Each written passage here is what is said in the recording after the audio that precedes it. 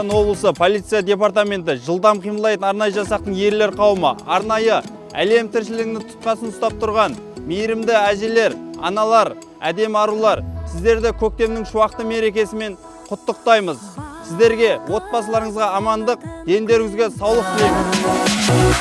Байлығын берген, көңілін көлеген, құтты болсын елім мерекен. Елің кеңейген, далаңа теңеген, 8 наурыз халықаралық әйелдер күні құтты болсын!